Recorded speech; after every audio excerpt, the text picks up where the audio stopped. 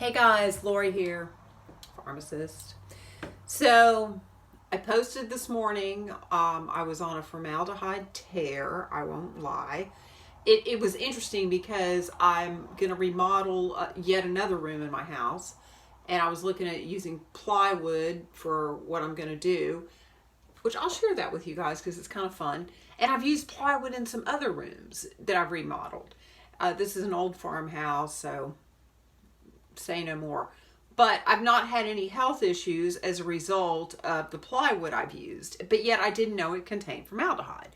So this was new news to me, and yet it makes so much sense really at the end of the day because it's a form of manufactured wood. So the question for me was, is it at a level that I need to be concerned about for my health? I mean, I've done what I've done, although I've painted over all the other rooms, which I would guess would seal it to some degree as far as inhalation, but so I'm online this morning researching this, and I came across a really interesting article which I've already reposted when I came across it, and it was by the CDC, and it was warning us of the dangers of formaldehyde and ingesting it, inhaling it, and skin contact. And I just encourage you to read this, but because it's actually a 12-page that I printed out, public health statement on formaldehyde that came out in September 2008, again by the CDC. And it goes into great detail about where you find formaldehyde. And I mean, curiously enough, it's in manufactured products for the most part. It's not that it doesn't occur in a small amount naturally, and especially fruit has formaldehyde in like minuscule amounts, which we are ingesting. And if I might add, our creator designed to have formaldehyde, who I'm pretty sure knew what he was doing. I'm convinced he knew what he was doing. So I don't think that ingesting minuscule quantities of formaldehyde in fruit is dangerous, because that's part of the makeup of fruit. Along with the other phytonutrients, there's like over 500 phytonutrients to any one fruit or vegetable.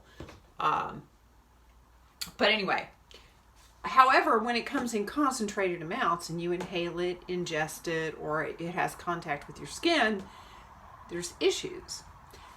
But what I most found interesting about this article was that they never once mentioned vaccines and injecting the formaldehyde. You know, an apple is good for you. It's a fruit. It's got a little bit of formaldehyde. Do you really think that we should start pulverizing our apples and injecting them? I'm thinking not. So why are we going to inject formaldehyde? And yet that is such a prominent ingredient when it comes to vaccines. So then another article that I found was regarding the amount of formaldehyde in plywood, because this was regarding, ingestion, and it's really an interesting article. I really encourage you to look at this. I've already posted it because it's just so mind-blowing that they're going to go to the trouble to post all this about the dangers of, this is the CDC again, formaldehyde, and yet they're going to inject it into our children, into you. Every flu shot, save one, which is grown off of an army worm or moth, has formaldehyde. Now, maybe that has formaldehyde too, and they just didn't list it. I don't know. But every other one, save none, has formaldehyde. Could it be problematic? I'm thinking so.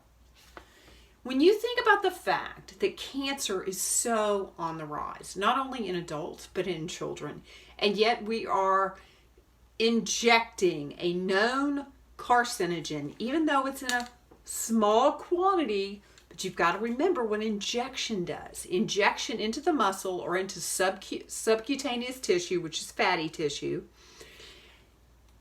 is going to give a rapid, way more rapid absorption into the bloodstream, that ingesting, eating something that has formaldehyde, which they warn against big time in this little article,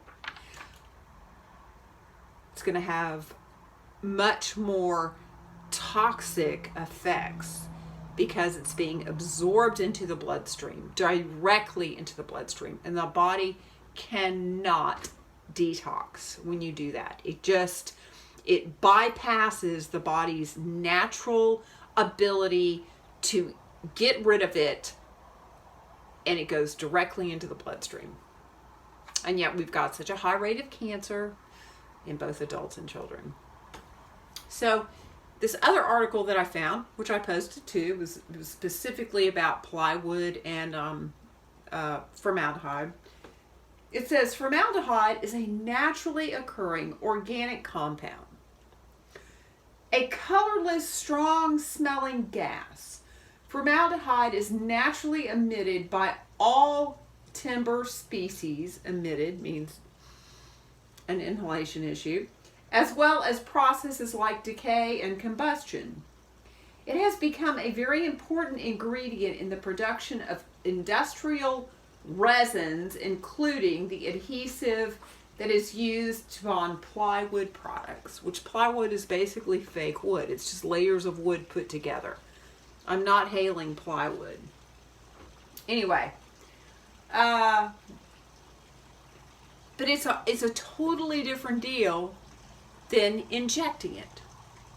So I just ask you people to be critical thinkers and to think about what you're putting into your body. Think about what you're putting into your child's body. Injection is a one direction all, okay? There's no turning back once you inject a child.